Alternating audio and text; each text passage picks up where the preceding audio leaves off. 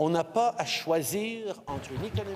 don't need to choose between a strong economy and a good environment. That's what I said 6 years ago, and that's what I said at this forum.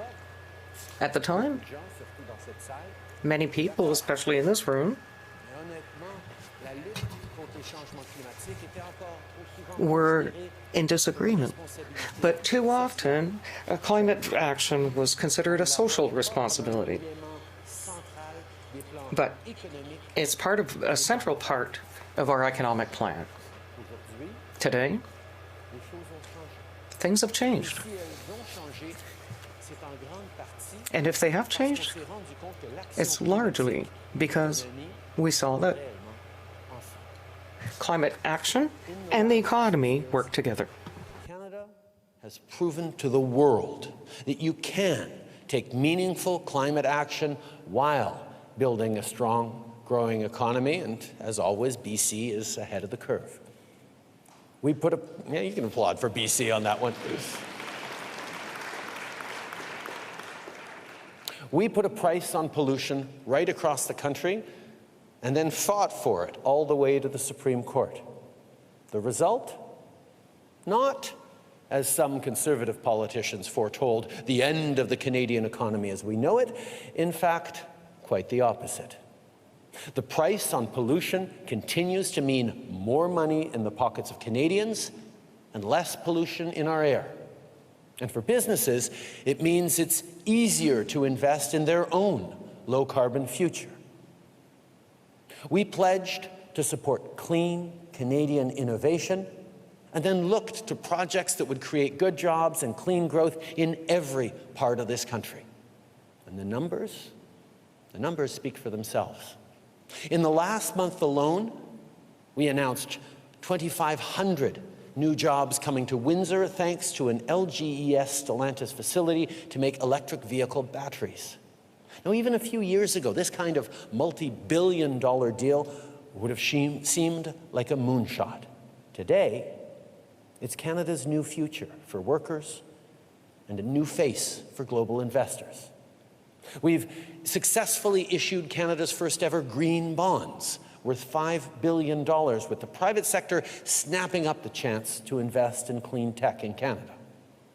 And we've continued to build on our historic commitment to public transit with hundreds of millions more for projects that will cut pollution, create jobs, and make lives easier.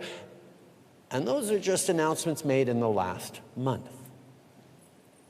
Tout ça, c'est bien. All this is great, but we also have to take measures for the environment independently of this. While we create jobs and put more money in the pockets of people, we're also protecting our nature more than ever. It's more important than ever. When we signed the Paris Agreement 6 years ago to protect Canada's waters, and today 14 of these zones are protected,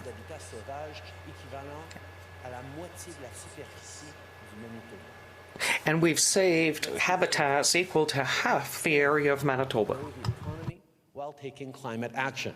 In fact, as all of you here at Globe have known and led on for over 3 decades, protecting the environment actually unlocks economic opportunity.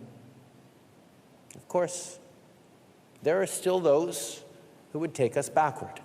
There are still politicians who insist that climate action should wait for another time, another place. But what other time? If we don't do this now, it'll be too late. And what other place?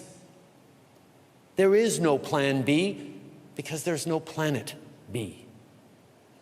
The question is not whether we keep going on climate action. The question is how much more we can do and how quickly. Because if the last 6 years have shown that climate action is the path forward, they've also shown that we must now set our ambition even higher. It cannot be business as usual when devastating floods wash out highways and farms. It cannot be business as usual when communities are destroyed by wildfires. Lives and livelihoods are on the line. Because, let there be no doubt, there is a cost if we do not meet this moment. Regular Canadians will pay the price. Our children will pay the price. And not just the price of crisis, but the price of lost potential, too. This year, global economic activity on clean tech is expected to be in the trillions. Not millions, not billions, trillions. Les concurrents du Canada sont en train de passer à l'action. Are moving to action. As said our European allies, Putin's illegal invasion has only accelerated our need for renewable energy. The world is turning green. Canada cannot be left behind. We need to seize this opportunity for clean air, strong economy, and that's what we're talking about today. This morning, the government is unveiling the emissions reduction plan of Canada, the most powerful to date. It's an ambitious plan, but it's responsible as well. This historic plan will allow us to cut our emissions by 40% for 2026 and net carbon neutrality by 2050. We're going to go sector by sector, reducing emissions and changing perspectives throughout the country and the economy. Our government is releasing Canada's emissions reduction plan. This is our boldest and most specific step yet. It's ambitious and it's achievable. It's ambitious because it will get us to 40% lower emissions by 2030 compared to 2005 and keep us on track to net zero by 2050. It's achievable because it goes sector by sector, cutting emissions and creating opportunity across the country and the economy. So let's start with what sectors put the most emissions in our air: oil and gas and transportation. This plan will set a clear, projected contribution on emissions reductions from the oil and gas sector, down by a little over 30% from 2005 levels and a little over 40% relative to current levels. We're laying down a clear, reasonable contribution for the sector to make so we can drive work forward on our commitment to cap and cut emissions. If there's any oil and gas sector in the world that can do it, it's Canada. And if there's any workforce in the world that can drive this shift, it's Canadians. En matière d'innovation propre, For clean innovation, all we need to think about is to think of aluminum and steel. At a certain time, people thought it was impossible to produce aluminum without also creating a lot of emissions. But with the years, Canada was already producing cleaner aluminum. And then the ELYSIS project came in Quebec. It was the first in the world to process aluminum carbon-free while creating jobs. At a certain time, people thought steel meant lots of emissions. Now, in Ontario, Algoma and Dofasco have abandoned their coal-based steel manufacturing and shifted to electricity. Now, powered with renewable electricity. This change will increase Canadian steel's competitivity in the world and provide stability to workers and their families. In Canadian industry, in Canadian workers, and in the Canada we can build together. That goes for oil and gas as much as for any other sector. Canadian workers and engineers are the best in the world. And when it comes to a day on the job, a hydrogen production facility using carbon capture won't look very different than work at a refinery. The commitment is there. Industries are already pushing forward on their own.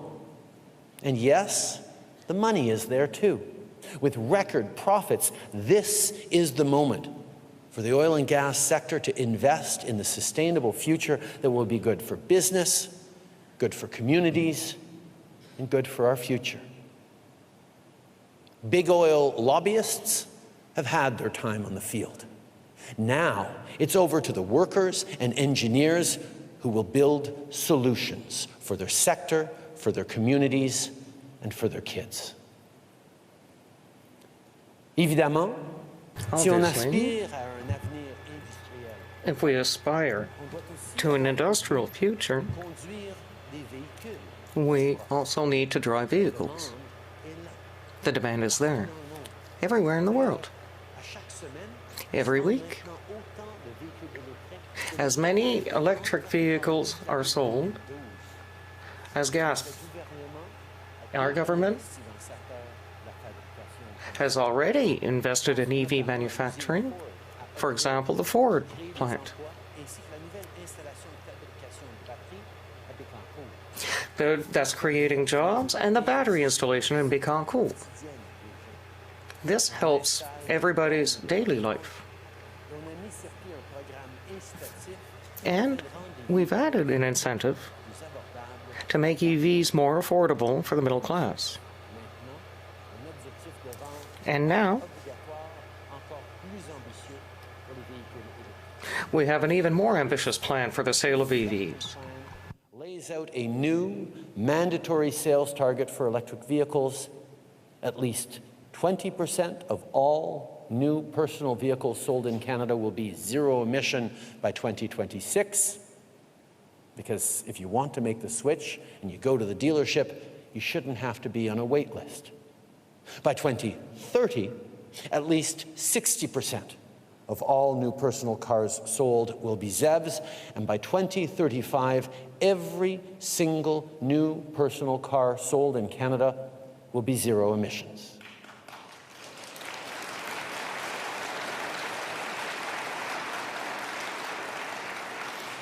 Now, so far, I've talked about cutting emissions, because that's what we need to do to fight climate change. And cutting pollution matters, but so does creating opportunity. Everyone deserves a great career where they feel proud of their work and where they can provide for their family. Here in BC, you show the way forward with job-creating projects like the plant down the road in Richmond. They use carbon capture to keep emissions out of the air and store them in cement permanently. This plan will build on momentum like that to create good middle-class jobs right across the country.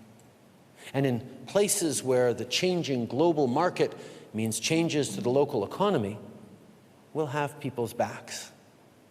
We're committed to creating a new Futures Fund for Alberta, Saskatchewan, and Newfoundland and Labrador to ensure no one is left behind.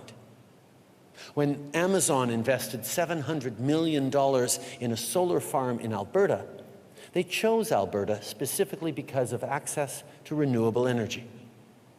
When the industry association representing offshore oil and gas in Newfoundland and Labrador announced this month a shift to include renewables, they did it because they know there's room to grow. Industry believes in these communities, and as a government, we do too. In fact, we've already seen how our investments deliver results. I think of the first ever geothermal power facility we're supporting in Saskatchewan, a project that will create jobs while powering homes with clean energy. For so many more communities, this is the bright future we can and we will build by working together. Now, this is just a fraction of what's in the plan.